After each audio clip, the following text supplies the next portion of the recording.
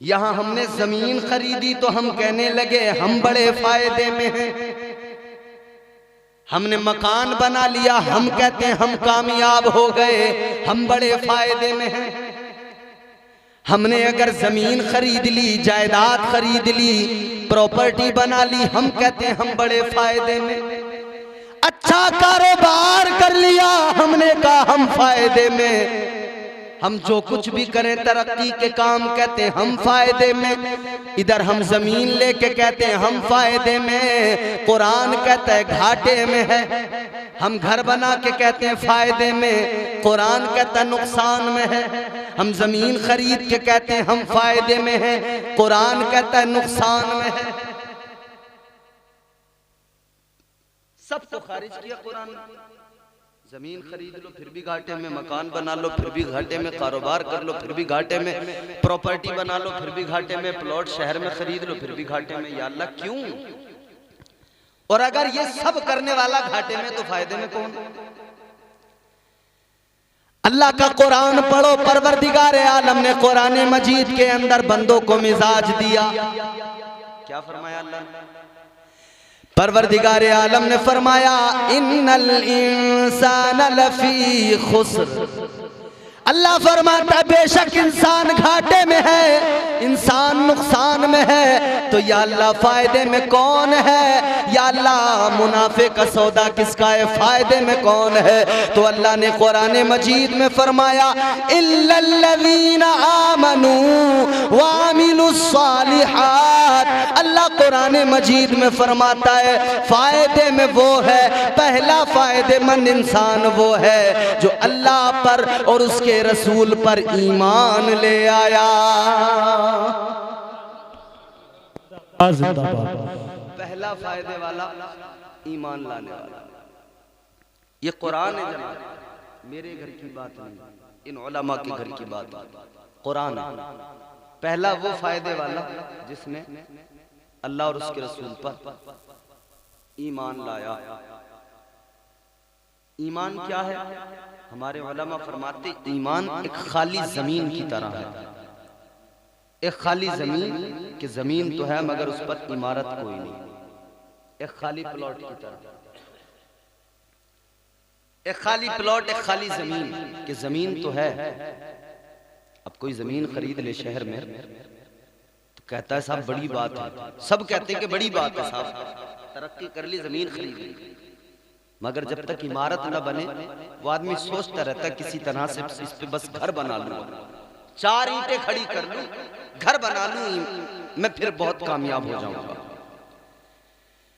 परवरदिगार आलम ने कुरान मजीद में वजाहत भी फरमा दी। अल्लाह ने फरमाया पहला फायदेमंद इंसान वो जो अल्लाह और उसके रसूल पर ईमान ले आया। अब ईमान एक जमीन की तरह, ईमान एक खाली जमीन है, इस पर इमारत बनाना है। यहाँ खाली जमीन का टुकड़ा हो, इमारत बनाने के लिए जरूरत किन चीजों की पड़ती है? इमारत बनाने के लिए, घर बनाने के लिए ईंटों की जरूरत पड़ती है, सीमेंट की जरूरत पड़ती है, बजरी बजर फुट की जरूरत पड़ती है, लोहे की जरूरत पड़ती है। इन सब चीजों को जमा करके फिर एक मकान बनाया जाता है, फिर एक बिल्डिंग बनाई जाती है। तो बिल्डिंग बनाने के लिए चीजों की जरूरत पड़ती है और खाली जमीन किसी काम की नहीं होती। जब उस पर मकान बन जाए तब वो फायदेमंद साबित होती है। जब उस पर मकान बन जाए तब वो एक छत होती है सर छुपाने के लिए, तब वो जिंदगी के गुजारे के लिए एक मकान होता है। या अल्लाह ईमान एक खाली जमीन की तरह है। मौला इस पर इमारत बनाए तो कौन सी इमारत बनाए? या अल्लाह इस जमीन पर अगर बिल्डिंग बनाए तो कौन सी बनाए? इमारत बनाए तो कौन सी बनाए? और बनाए तो मटेरियल क्या होगा? क्या क्या चीजें जरूरी हैं? किन चीजों की जरूरत पड़ेगी? तो अल्लाह तबारक व तआला ने फरमाया पहला वो कामयाब इंसान जिसके पास में ईमान है, अल्लाह रसूल पर ईमान ले आया। अब ईमान की जमीन तो है मगर इमारत बनाना है। कौन सी इमारत बनेगी? अल्लाह ने कुरान में फरमाया इल्लल्लज़ीना आमनू व अमिलुस्सालिहात। अमालुस्सालिहात। अल्लाह कुरान में फरमाता है इस ईमान की जमीन पर इमारत कोई और नहीं बनेगी, बल्कि इस पर इमारत आमाले सालिहा की बनेगी। नारे तकबीर, नारे रिसालत, नारे गौसियत, मसलके आला हजरत रत्ते अल्लामा कारी इम्तियाज बरकाती साहिब किबला जलसे साले सबाब जिंदाबाद जिंदाबाद। तो कौन सी इमारत? आमाले सालिहा। अब इसमें किन चीजों की जरूरत है? ये आमाले सालिहा की जो इमारत तैयार करना है, ये नेक आमाल की बिल्डिंग बनेगी। इसमें जरूरत किस मटेरियल की पड़ेगी? इसमें ईंटें कौन सी चाहिए, इसमें लोहा कौन सा चाहिए? मेरे अजीजों, इसमें जरूरत जिस मटेरियल की है उसी मटेरियल को नमाज कहते हैं, उसी मटेरियल को ज़कात कहते हैं, उसी को रोजा कहते हैं, उसी को इबादत कहते हैं, उसी को सजदा कहते हैं, उसी को बंदगी कहते हैं। इन तमाम चीजों से अमाल की इमारत तैयार होती है। और जब अमल की इमारत तैयार हो जाए, जब अमाल की बुनियाद पर, ईमान की जमीन पर अमाल की बिल्डिंग बन जाए, तो फिर याद रख लेना कब्र भी कामयाब हो जाएगी, कब्र में भी कामयाबी मिलेगी, हश्र में भी कामयाबी मिलेगी, दुनिया भी संवर जाएगी, आखिरत भी संवर जाएगी। तो कामयाबी किसको कहते हैं? फायदे का सौदा किसको कहते हैं? कि ईमान भी बंदा लाए और ईमान लाने के बाद में अमाल भी अच्छे करता रहे, अपनी मौत को याद करता रहे, आखिरत की फिक्र करता रहे, कब्र की तैयारियां करता रहे। मेरे अजीजों, अभी मौलाना गुलाम नबी ने बताया मौत जरूर आती है, कोई नहीं बच पाएगा, कोई भी इंसान हो बच नहीं सकता है, मौत जरूर आएगी। और अल्लाह ने कुरान में फरमाया मिनहा खलकनाकुम व फीहा नुईदुकुम व मिनहा नुखरिजुकुम तारतन उखरा। अल्लाह ने कुरान में फरमा दिया बेशक हमने तुमको इसी जमीन से, इसी मिट्टी से पैदा किया। अल्लाह ने पैदा किया इसी मिट्टी से, अल्लाह ने पैदा किया इसी जमीन से। और फिर आगे फरमा दिया तुम्हें एक दिन इसी में वापस मिला दिया जाएगा, इसी में वापस तुम्हें मिला दिया जाएगा। यानी इंसान की असल मिट्टी है और मिट्टी को मिट्टी में मिलाया जाएगा, मगर फिर वो दिन भी आएगा, अल्लाह फरमाता है फिर इसी मिट्टी से तुम्हें दोबारा पैदा किया, जिंदा किया जाएगा, दोबारा उठाया जाएगा, यौम हिसाब महशर के दिन उठाया जाएगा। वो वक्त भी बंदा याद करे। अगर खुद को कामयाब करना चाहता है, अगर फायदेमंद जिंदगी अगर अपनी बनाना चाहता है, तो बंदे को जरूरी है अपनी दुनिया को पहले बेहतर बनाए। और दुनिया बेहतर जो बनती है वो दुनिया के अंदर तरक्की करने से दुनिया बेहतर नहीं बनती है, बल्कि मेरे अजीजों याद रखना दुनिया बेहतर बनती है आमाल की बुनियाद पे बनती है, दुनिया बेहतर बनती है ईमान की बुनियाद पे बेहतर बनती है। और जिसने दुनिया में ईमान के साथ आमाल को अपनी जिंदगी में शामिल कर लिया, नेक आमाल से जिंदगी को सजा लिया, याद रखना यूं समझ लीजिए उसने अपनी कब्र को भी सजा लिया, उसने अपनी आखिरत को भी सजा लिया है। वाह वाह वाह, सुभान अल्लाह सुभान अल्लाह। जिंदगी उसकी कामयाब होगी जो दुनिया में रहते हुए वक्त की अहमियत को समझे और फिर नेक आमाल करता रहे, वक्त की अहमियत को समझे, वक्त की अहमियत को समझते हुए नेक आमाल करना और अपनी मौत को याद करना। मौत एक वो कड़वी सच्चाई है जिसका मुनकिर कोई नहीं, इनकार कोई नहीं कर सकता। बाज लोग गुमान कर रहे हैं इस दौर में, समझ रहे हैं कि हम अपने मुर्दों को स्टोर कर दें, फ्रिज के अंदर रख दें। अभी ये हो रहा है, मैंने न्यूज़ पढ़ी, वो कह रहे हैं कि दुनिया बहुत तेजी से तरक्की कर रही है, दुनिया डेवलप कर रही है, टेक्नोलॉजी रोज रोज नए नए चीजें हमारे सामने आती हैं। तो ये तरक्की पसंद लोग कहते हैं कि अपने मुर्दों को जलाने की जरूरत नहीं है, अपने मुर्दों को दफनाने की जरूरत नहीं, कहते हैं एक फ्रिज के अंदर स्टोर करके रख दो। कहते हैं 40-50 साल 60-70 साल बाद में शायद कोई ऐसी टेक्निक आ जाए कि मुर्दों को जिंदा कर लिया जाए। मुर्दों को जिंदा करने की बात करने वाले हजारों साल हो गए दुनिया को, आज तक कोई मुर्दों को जिंदा न कर सका। और ये शान भी अगर अल्लाह ने अता की तो अपने नबियों को अता की, ये शान भी अता की तो वलियों को अता की कि ठोकरें मार दी तो फिर मुर्दों को जिंदा कर दिया।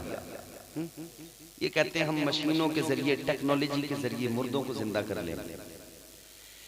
याद रखना, अगर कोई ऐसा तरीका होता तो आज से पहले यूनान का बड़ा चर्चा था। आज भी यूनानी मेडिसिन, इतने बड़े बड़े हकीम, इतने बड़े बड़े तबीब गुजरे। यूनान वालों ने दावा किया था, उन यूनानियों ने कहा था कि हम इतने बड़े तबीब हैं, इतने बड़े हकीम हैं। उनका ऐलान था, वो कहते थे हमने हर मर्ज की दवा बना ली है, हर बीमारी का इलाज है।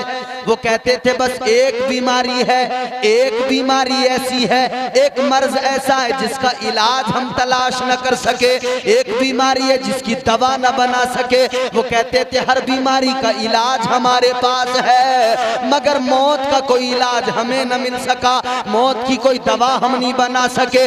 उन्होंने दुनिया के अंदर बरसों पहले से लेकर आज तक उनकी दवाइयां हम आज भी देखते हैं, उनके तरीके आज भी हमारे सामने हैं, उनकी ईजाद की हुई दवाएं हमारे सामने हैं। मेरे अजीजों, वो बड़े बड़े अक्ल वाले, वो बड़े बड़े तबीब जो थे वो फेल हो गए। कहने लगे कोई मौत की दवा नहीं है, इसलिए कि इधर मजहब इस्लाम भी यही बताता है, अल्लाह का कुरान भी यही बताता है कि जब मौत आती है तो किसी की ताकत नहीं है कोई बचा सके, जब मौत आती है किसी की औकात नहीं है कोई बचा सके। जो वक्त अल्लाह ने मुकर्रर कर दिया, जो जगह अल्लाह ने मुकर्रर कर दी, उसी जगह पे उसी वक्त पे मौत आ जाती है। अब मैं आपको जरा सा तारीख की तरफ लेके चलता हूँ, आओ जरा अपने माजी के सफहात पढ़ के देखो।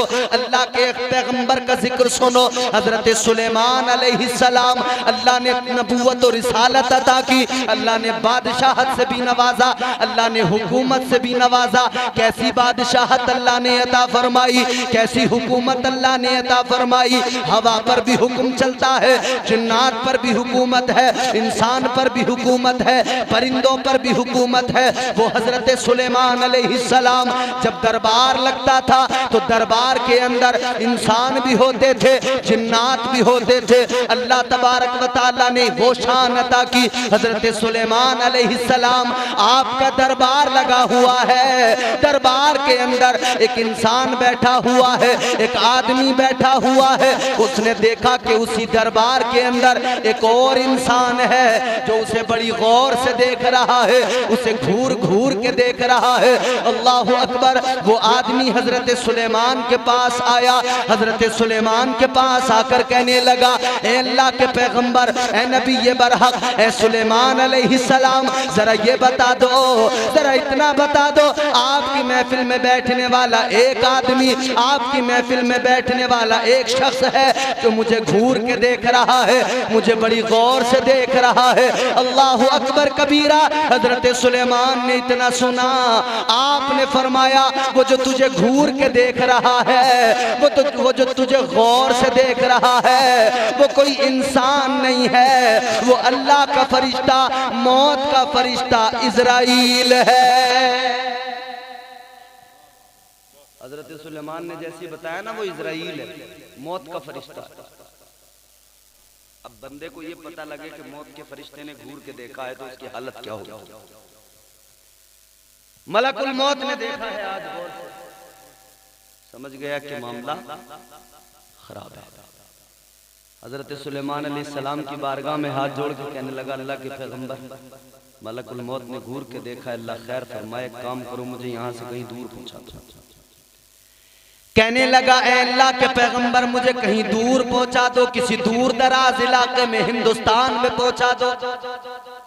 हजरत सुलेमान अलैहिस्सलाम ने हवा को हुक्म दिया, हवा ने अपने दोष पे उठाया, लम्हों के अंदर उड़ाकर हवा ने उस जगह पे पहुंचा दिया, दूर दराज हिंदुस्तान के किसी खित्ते में लाकर छोड़ दिया, किसी इलाके में लाकर हवा ने छोड़ दिया। इधर उसने हवा ने उसको पहुंचाया, उधर वक्त गुजरा 2-3 दिन का, फिर मलकुल मौत हजरत सुलेमान अलैहिस्सलाम की बारगाह में पहुंचा। हजरत सुलेमान अलैहिस्सलाम ने मलकुल मौत से कहा, मौत के फरिश्ते से कहा, ए मलकुल मौत, हमारे दरबार में एक इंसान बैठा हुआ था, तुम उसे घूर के देख रहे थे, गौर से देख रहे थे, क्या बात? हजरत सुलेमान अलैहिस्सलाम ने जैसे मालूम किया, वो कहने लगा, ए अल्लाह के पैगंबर, जिसे मैं देख रहा था, मैं घूर के इसलिए देख रहा था, गौर से इसलिए देख रहा था कि मैं हैरान था। अल्लाह ताला की जानिब से हुक्म आ गया था, अल्लाह का मुझे हुक्म मिल चुका था कि इसकी मौत का वक्त आ गया है, इसकी रूह कब्ज करना है, लेकिन मैंने उसे आपके दरबार में देखा। मैं आपके दरबार में देखकर हैरान हो गया। मैं गौर से देखने लगा, क्योंकि उसकी मौत की जगह जो अल्लाह ने मुकर्रर की थी, वो जगह ये नहीं थी, वो तो दूर दराज का इलाका था। कहने लगे, मैं इसलिए देख रहा था कि इसके लिए तो हुक्म आ गया है, और ये अभी तक यहीं बैठा हुआ है, अपनी जगह पे नहीं पहुंचा। वो जगह तो बड़ी दूर है जहां इसको मौत आनी है। अल्लाह अकबर कबीरा, मलकुल मौत कहते हैं। लेकिन अल्लाह के पैगंबर, जब उसकी मौत का वक्त आया और मैं उस जगह पे पहुंचा जो जगह अल्लाह ने मुकर्रर की थी, ए सुलेमान अलैहिस्सलाम, मैं जाकर जब देखा मैं हैरान हो गया। मैं जब उस जगह पे पहुंचा तो क्या देखा, मेरे पहुंचने से पहले वो इंसान उस जगह पे पहुंच चुका था। तो जब अल्लाह ने मुकर्रर कर दिया तो फिर बंदा उसी जगह पे पहुंचता। मौत से बचने के लिए इसने कहा था कि मुझे दूर पहुंचा, मगर उसकी मौत वहीं पे अल्लाह ने मुकर्रर की थी। तो फिर असबाब वैसे बने, वो वहीं पहुंचा। हजरत मलकुल मौत कहते हैं, मुझसे पहले ही वो वहां पहुंच गया। मलकुल मौत छोड़ते किसी को नहीं, जिसका हुक्म आ जाए बस आ जाता। मौत का फरिश्ता जब आता है तो मेरे अजीजों ये भी नहीं देखता कि किसी के बच्चे यतीम हो रहे हैं। मौत का फरिश्ता आता है तो ये भी नहीं देखता कि कोई जवान औरत बेवा हो रही है। मौत का फरिश्ता आता है तो ये भी नहीं देखता कि आबादियां उजड़ रही हैं। मौत का फरिश्ता आता है तो ये भी नहीं देखता कि किसी गरीब बूढ़े बाप का सहारा, उसके बुढ़ापे की लाठी टूट रही है, उसका भी ख्याल नहीं करते। मलकुल मौत को जो हुक्म मिलता है वो उसी वक्त पे जाकर रूह निकाल लिया करते हैं। जहां भी जाते हैं कोई परवाह नहीं करते हैं। किसी के बच्चे यतीम हो जाए, मलकुल मौत को परवाह कोई नहीं है। हजरत मलकुल मौत वो है, ऐ मेरे अजीजों जरा गौर करो, रहम किसी पर मलकुल मौत को नहीं आता है। जब भी हुक्म मिल जाए अल्लाह का तो रहम नहीं आता, पहुंच जाते हैं। अल्लाह अकबर कबीरा, यही मलकुल मौत है। अल्लाह ने एक रोज मलकुल मौत से कहा, मौत के फरिश्ते से कहा, ऐ इज़राइल ये बताओ, तुम इंसानों की रूह निकालते हो, इंसानों की रूह कब्ज करने जाते हो। जब तुम जाते हो तुम उसके अजीजों अकारिब को रोता देखते हो।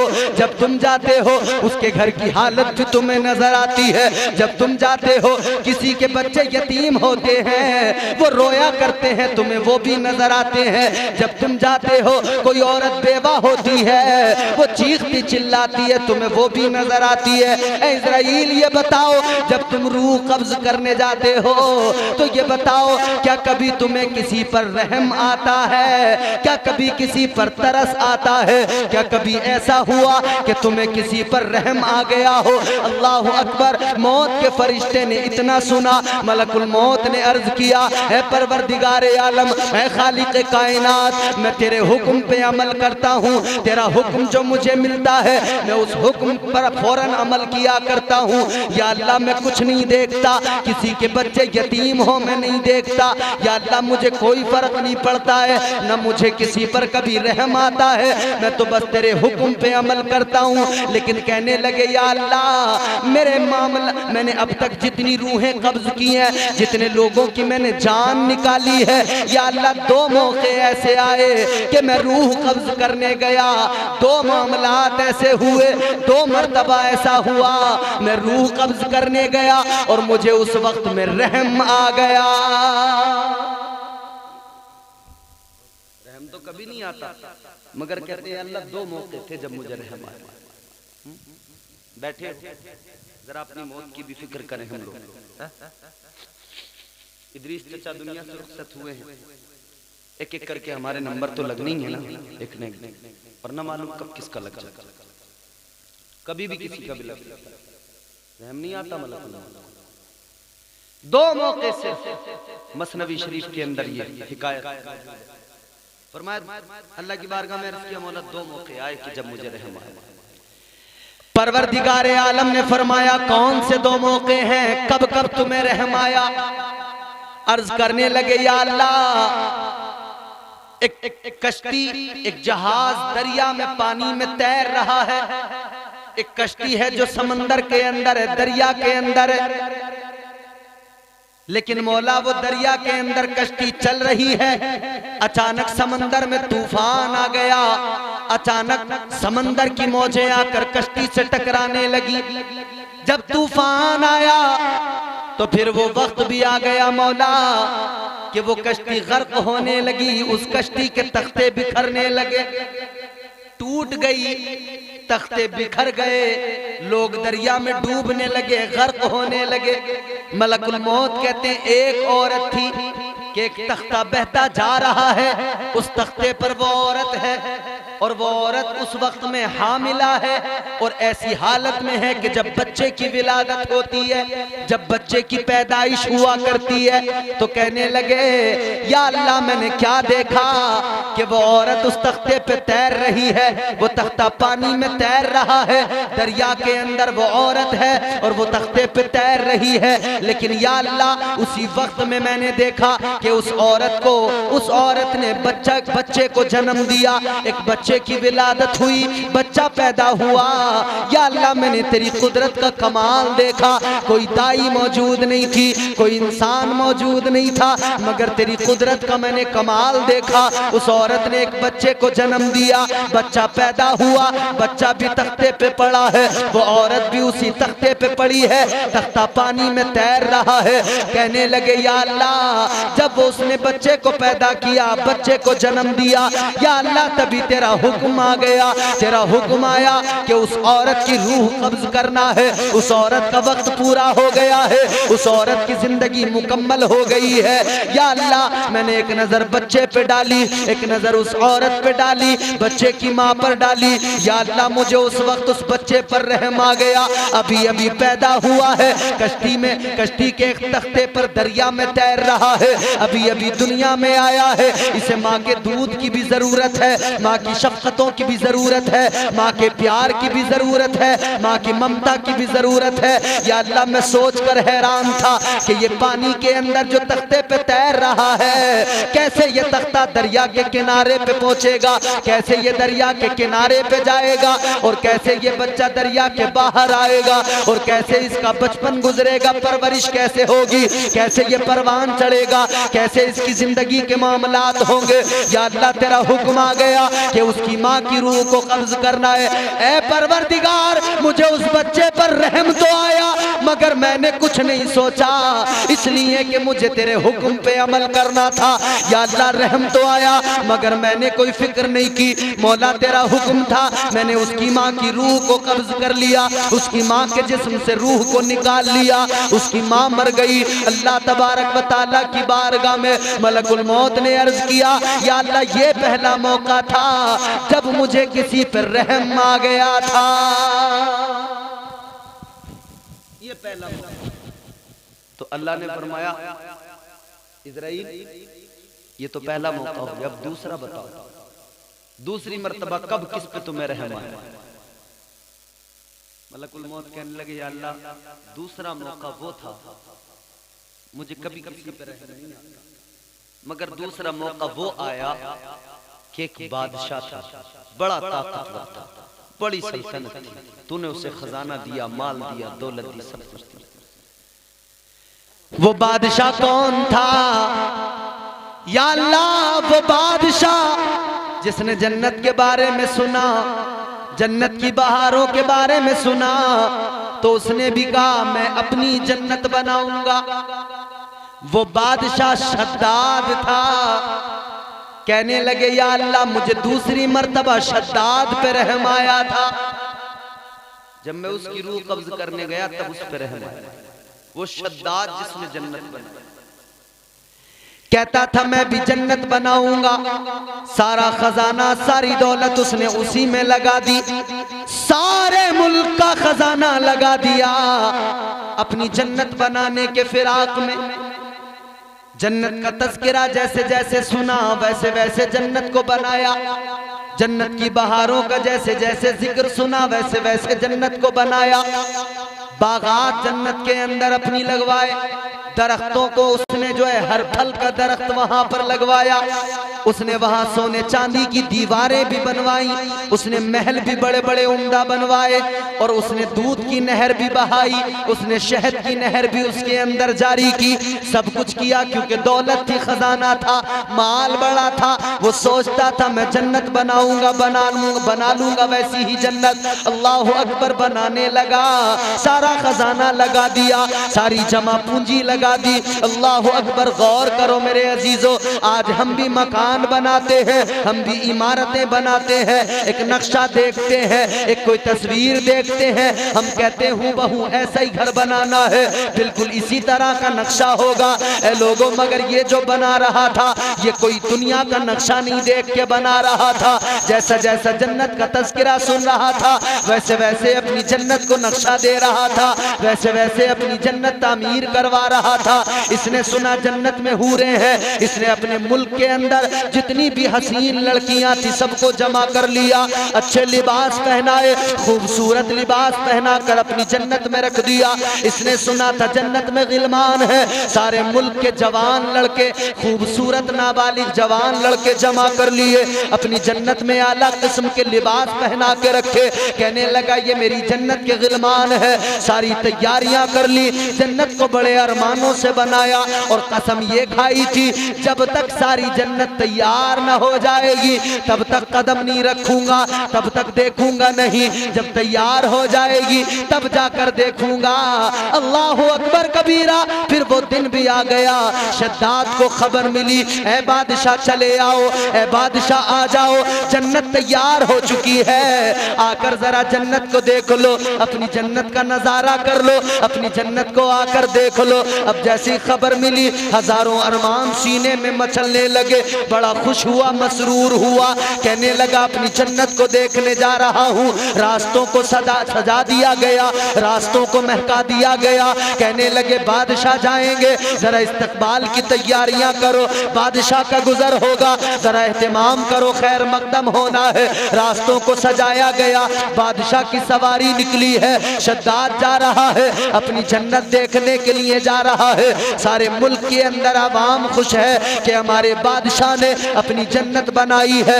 मगर गौर करो मेरे अजीजों, जो ही जन्नत के दरवाजे पे पहुंचा, अपनी सवारी से उतरा, जन्नत के अंदर जैसी कदम रखा, पहला कदम जन्नत के दरवाजे के अंदर रखा है, एक कदम बाहर है, एक अंदर है, अभी अंदर दाखिल नहीं हुआ है कि मौत का फरिश्ता आ गया, मलकुल मौत आ गए, इजराइल आ गए, और आकर कहा ऐ शद्दाद तेरा टाइम पूरा हो गया है, ऐ शद्दाद मौत का वक्त आ गया है, मैं तेरी रूह कब्ज करने आया हूँ, तेरी उम्र का किस्सा तमाम हुआ, तेरी जिंदगी का किस्सा तमाम हुआ, अब तेरी उम्र पूरी हो गई है, अब सांसें मुकम्मल हो चुकी है। जैसी शद्दाद ने सुना, अल्लाह अकबर, गौर करो, हजारों तमन्नाएं दिल में थी, जन्नत को लेकर हजारों आरज़ुएं थी, लेकिन पहला कदम रखा था, देखा भी नहीं था, सुना तो पसीना आ गया।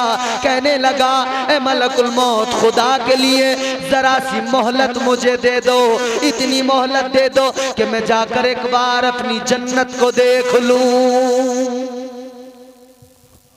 कहने लगा बस इतनी सी मोहलत दे दो। मगर मलकुल मौत ने क्या कहा? हजरत इजराइल ने फरमाया कोई मोहलत नहीं मिलेगी, वक्त पूरा हो गया, अब जिंदगी का किस्सा तमाम।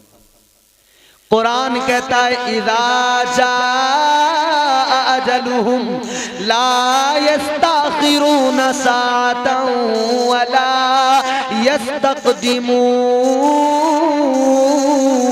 यस्तक़दिमून। अल्लाह का कुरान कहता है जब मौत का वक्त आ जाता है, एक लम्हा आगे नहीं होता है, एक लम्हा पीछे नहीं होता है, मुकर्ररा वक्त पर मौत आ जाती है।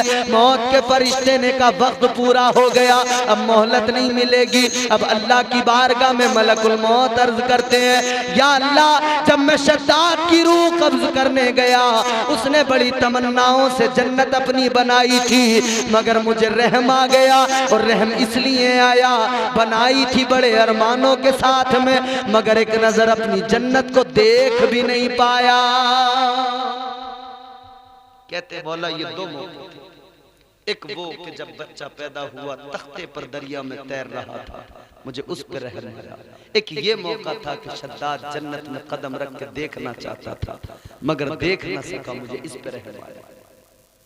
तो अल्लाह ने फरमाया, इज़राइल ए मौत के फरिश्ते, तुम्हें मालूम है तुम्हें वो जो बच्चा था वो कौन था? या अल्लाह मुझे मालूम नहीं है। अल्लाह ने फरमाया, इज़राइल तुम्हें दो अलग अलग लोगों पर रहम नहीं आया, बल्कि एक ही इंसान पर दो बार रहम आया है। एक इंसान पर दो मर्तबा रहम आया। या अल्लाह क्या मामला है?